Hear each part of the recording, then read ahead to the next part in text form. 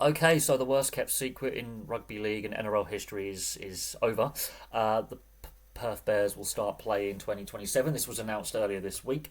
There was a few weeks ago where we thought the bid had collapsed and that the NRL would look elsewhere for its next expansion team to join in 2027. The bid got resurrected. There was some very heated, in-depth talks between the Western Australian government and the NRL, and we get the announcement that we are going to have rugby league returning to the NRL in Perth in 2027. Now, what's going to be interesting is who ends up coaching this team. So, from the end of this season in November, I think it's November 30th, through till the end of next season in 2026 is their window to sign players. Now, they've got to sign 24 players in that time frame. And it's going to be interesting to see what current first grade players, both from here and the Super League, sign up for this new expansion team in Perth. Now, we're going to assume they're going to be called the Perth Bears or the Western Australian Bears because it was a North Sydney Bears bid. That started originally when they wanted to become the 17th expansion team, which obviously went to the Dolphins. And so this bid's been ongoing for some time. They've been knocking on the door of the Bears organisation for a return to the NRL for a very long time. And ultimately Perth has ended up being the location. Now, the AFL has got a very strong footprint in the Perth Metro with two teams. So this is a very similar situation to the Melbourne Storm, for example, when they started play in 1998 in Melbourne. So this is a very, very similar situation in that regard. Now, Melbourne had a very good leg up because they basically signed, the Gold Coast team at that time and the Western Reds at that time to make a very strong NRL team from the get-go, and they were pretty successful pretty quickly. What is going to be interesting here is what players are willing to relocate to Western Australia and how quickly they can sign and get a team put together. We do know that there is a good state league in Western Australia. There are a fair number of registered players, and it is growing as a sport. And they do have juniors out in Western Australia. There is a junior competition. It's going to be interesting to see how they grow that and how many of those junior players come through the system in time to end up being basically Bears players in first grade in years to come. Obviously, the North Sydney Bears, I think, will most likely be their feeder team in New South Wales, so they are going to have players available from New South Wales Cup to take that step up when they are ready to first grade. So they're going to have some juniors already. Who's going to coach the team? Now, two names have come up. Brad Arthur, currently at the Leeds Rhinos, formerly of the Parramatta Eels, and Sam Burgess of the Warrington Wolves. Now, Brad Arthur has coached the Parramatta Eels to a grand final, and he did turn the Parramatta Eels team around until they started missing the finals and narrowly avoided the wooden spoon last year. He did get the sack mid-season. The NRL was very, very keen on him, but the NRL was also very keen on Sam Burgess. Now, Sam Burgess is a less experienced head coach. Never coached in the NRL. He's only coached in the Super League and only for a brief stint so far at the Warrington Wolves. That is going to be interesting. With the Dolphins, the NRL got Wayne Bennett in before a single player was signed. He was key. But the Dolphins had issues in signing players. They did. They missed on several signings they wanted to get to that club. Cameron Munster being a prime example. They missed out on some players who were coming off contract. And so the Dolphins team, while it's been solid, they've narrowly missed the 8 in their first two seasons. So far this season, a little bit inconsistent. But, they have the potential to be a top 8 side. It's a very, very interesting NRL season so far with everyone beating everyone and with some fancy teams struggling and other teams doing better than expected. The Dolphins have a chance, potentially, if they get on a run, to make the top 8.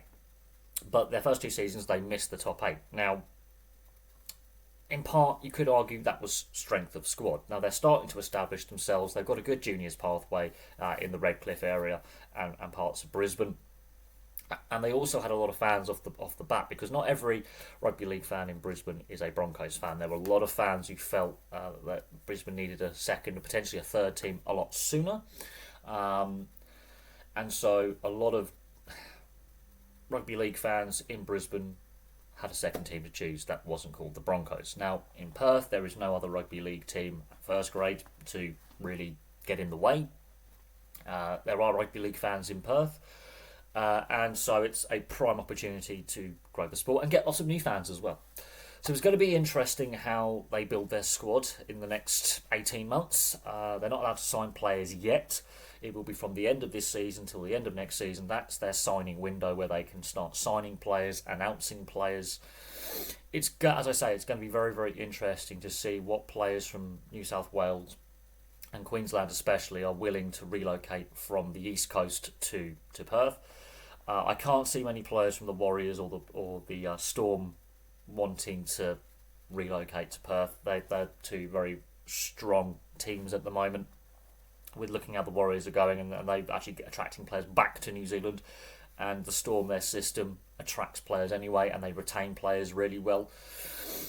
What is going to be interesting though is how many Super League players want a crack at the NRL and see the Perth Bears, as I think they'll be known, as an opportunity to get their start in the NRL. There's a lot of Super League talent that's being touted as future NRL targets. There's a lot of young players in the Super League right now.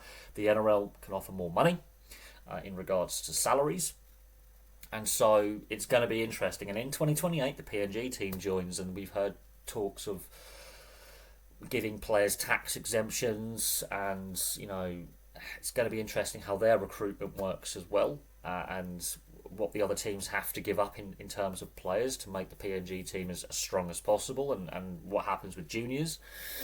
So it's going to be a very interesting time for the NRL coming up from 2027 and 2028. But it's going to be very, very interesting, as I say, how strong this Perth team is off the get-go with their playing squad, how quickly they can not only build upon the current grassroots and junior player base that they have in Western Australia, because there's a very decent state league, and there's more registered players in Western Australia than in the state of Victoria, for example. And that's the one downside to the Melbourne Storm, is they haven't really kicked on in regards to growing the game massively in AFL territory. This is AFL territory. You've got two teams in the AFL in the Perth area with Fremantle and West Coast. So it's going to be interesting to see how they take on the AFL in basically their backyard, where the AFL have got a strong foothold. But when it comes to rugby league, good state league, there are some juniors already, junior leagues already in Western Australia. It's about strengthening them and growing them. But I think Perth is an underestimated sporting city. It's a city with a lot of disposable income. It's going to be interesting to see the stadium upgrades that are due for where they're meant to be playing games. And State of Origin always does well in Perth as well. So there are rugby league fans already in Perth. It's about building a fan base there. And also not forgetting the original North Sydney Bears fan base in Sydney. There's a lot of them still around that haven't switched allegiance to other clubs. They wanted the Bears back. They sort of get the Bears back. So I think away support will be strong. There's a lot of Bears fans still in the Sydney area. And so you have the recipe for a bit of success here. It's all about the strength of team they can put on the field in 2027 when they play their first game. And then from there, it's about building the blocks for the juniors and also the state league and the grassroots, bush league, basically, in Western Australia, the regional game. Because obviously Queensland, New South Wales is the heartbeat of rugby league in Australia. That's where the majority of the players are born, raised and play. But it's also going to be interesting to see how many Super League players they bring over as well. But there we go. Thank you very much for watching. Place your thoughts on the Perth expansion in the comments section below. Who do you think will end up signing there as let's say the star recruits, those big name players to build a team around? How many North Sydney Bears juniors and reserve grade players end up going into the top 30? And also, how do you think they'll grow the game and the state league and the regional game in Perth and Western Australia? Because there are people playing it. There's a lot of people playing rugby league in Western Australia, and it's a very interesting state in Australia.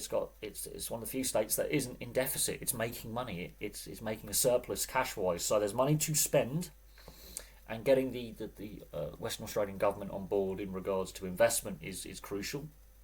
And we'll see what the team looks like. But there we go. Thank you very much for watching. Place your thoughts in the comments section below. I'll have some more content for you all very, very soon.